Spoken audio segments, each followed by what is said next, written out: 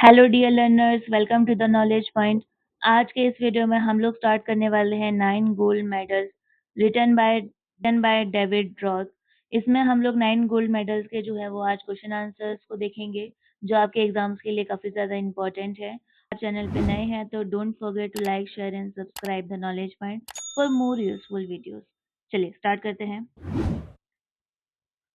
Answer the following question. Describe how the setting established in the first two stanzas of the poem create a vivid atmosphere for the events that follows.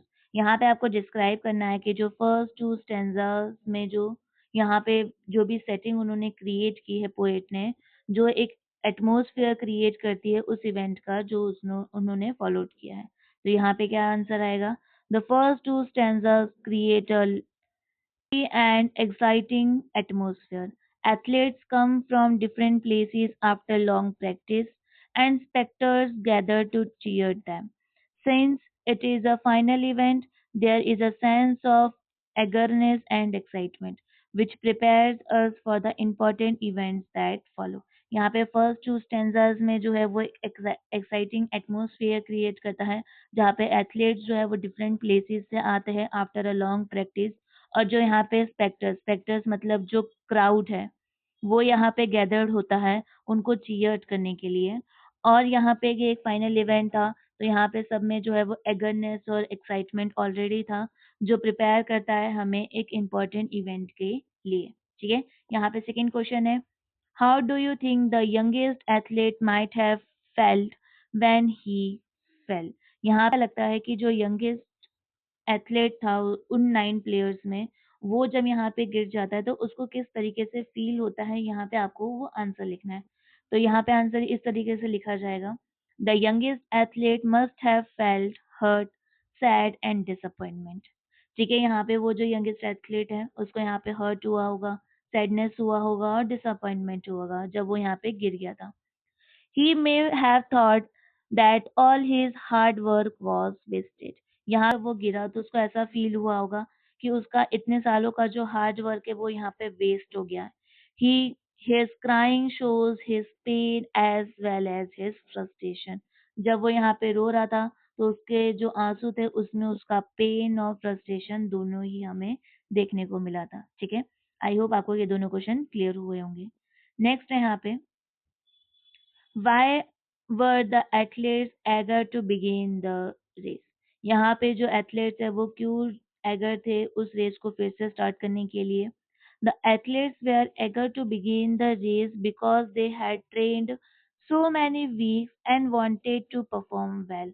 Athletes है वो काफी ज्यादा eager थे race को start करने के लिए, because यहाँ पे उन्होंने इतने वीक्स की, इतने ईयर्स की जो है वो ट्रेनिंग ले रखी थी, और जिसकी वजह से वो यहाँ पे अच्छा परफॉर्म करना चाहते थे। They were also excited to win medals and prove their ability in the competition, और साथ साथ में वो यहाँ पे मेडल्स भी अर्न करना चाहते थे और अपनी एबिलिटी जो है वो इस कॉम्पिटिशन के थ्रू वो दिखाना चाहते थे। इसलिए यहाँ पे जो एथलीट्स हैं they were eager to begin the race. ठीक है, यहाँ पे फोर्थ वाला क्वेश्चन है, what does the transformation of the 100 yard dash to a walk symbolise? ठीक है, जब यहाँ पे वो यंगेस्ट एथलीट जो है वो गिर गया था तो उसके सपोर्ट में जो है वो बाकी के प्लेयर्स आए थे, और जो रेस कर रहे थे वो रेस से जो है वो वॉक डाउन पे आ गए थे। तो देखो, the race changing into a walk symbolize kindness, unity and true sportsmanship. ठीक है, यहाँ पे जब वो उस एथलीट को गिरता हुआ देख के बाकी के लोग रुक गए थे, वो वॉक करने लग गए थे, तो वहां से क्या शो होता है हमें? काइंडनेस, यूनिटी और true sportsmanship. It shows that helping someone in need is more important than winning. यहाँ पे ये सिंबलाइज किया जाता है कि किसी की जो है वो नीडी पर्सन की हेल्प करने से इम्पोर्टेंट जो है वो और कुछ नहीं है, ना कि जीतना भी। The runners choose humanity over competition. ये आपको आंसर में लिखना होगा कि वो जो रनर्स थे वो यहाँ पे चूज करते हैं ह्यूमैनिटी ओवर द कंपटीशन। ठीक है, ये एग्जाम पर्पस के लिए आपका एक क्वेश्चन जो है वो इम्पोर्टेंट है। चलिए नेक्स्ट है यहाँ पे फिफ्थ क्वेश्चन है, how might the poem be different if the focus was solely और on individual achievement rather than the collective support. यहाँ पे पूरी पोयम में जो है वो हमें कलेक्टिव सपोर्ट के बारे में बताया गया है। तो यहाँ पे हमें क्वेश्चन थोड़ा ट्विस्ट करके पूछा गया है। क्वेश्चन में क्या कहना चाहता है कि ये जो पूरी पोयम है इसका थीम अगर कलेक्टिव सपोर्ट ना होते हुए वो किसी इंडिविजुअल अचीवमेंट पे होता तो इसकी जो एंडिंग है वो किस तरीके से होती वो आपको लिखना होगा। तो यहाँ पे आप इस तरीके से स्टार्ट कर सकते हैं। If the poem focused only on individual achievement the runners would have continued the race without helping the fallen boy.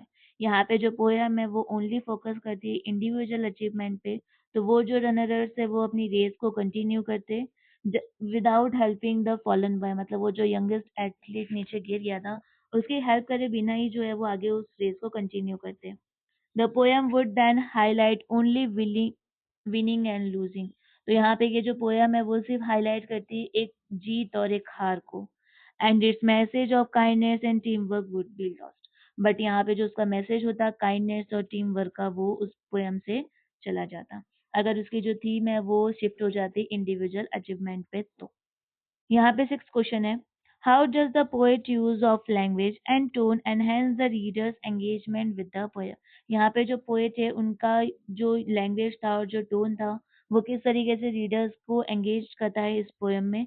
The poet use simple and clear language. ठीक है, आपको पूरी पोएम में ऐसे बहुत ज्यादा वर्ड टफ नहीं दे रखे, आप इजी उसको समझ सकते हो, which make the poem easy to understand. The tone changes from excitement to sadness and finally to happiness. इस पोएम के तीन स्टेज होते हैं जिसमें सबसे पहले तो आपको स्टार्टिंग में एक्साइटमेंट दिखेगा कि यहाँ पे एथलीट्स जो है वो डिफरेंट प्लेस से आ रहे हैं इतने सालों की मेहनत करके चीयर करने के लिए, वहाँ पे क्राउड भी आ रहा है। बट जब वो बॉय गिर जाता है तो सब लोग सैड हो जाते हैं और उसके बाद जो है वो यहाँ पे सारे रनर्स जो है वो उस फॉलन बॉय की हेल्प करते हैं, तो यहाँ पे उसका जो टोन है वो शिफ्ट हो जाता है हैप्पीनेस से। तो यहाँ पे स्टार्टिंग में हैप्पीनेस होता है, मिडल में उसका सैडनेस आता है और लास्ट में वो हैप्पीनेस आता है। ये पूरी टोन जो है वो उसकी शिफ्ट होती है। This keeps the reader interested and emotionally connected. यहीं पे ये जो टोन का चेंजेस है इसी की वजह से यहाँ पे जो रीडर्स है वो उसमें इंटरेस्टेड और इमोशनली कनेक्ट हो जाते हैं। इस पोएम का लास्ट क्वेश्चन है, what might be the poet's purpose of writing this poem. ये आपको लॉजिकल क्वेश्चंस में आ सकता है कि यहाँ पे पोएट का जो है वो क्या पर्पस हो सकता है इस पोएम को लिखने का। तो यहाँ पे आप आंसर में ऐसे लिख सकते हो, the poet's purpose is to teach the importance of kindness empathy and cooperation. ठीक है, आप यहाँ पे एक और लाइन ऐड कर सकते हो जो होता है यूनिटी, स्पोर्टमैनशिप।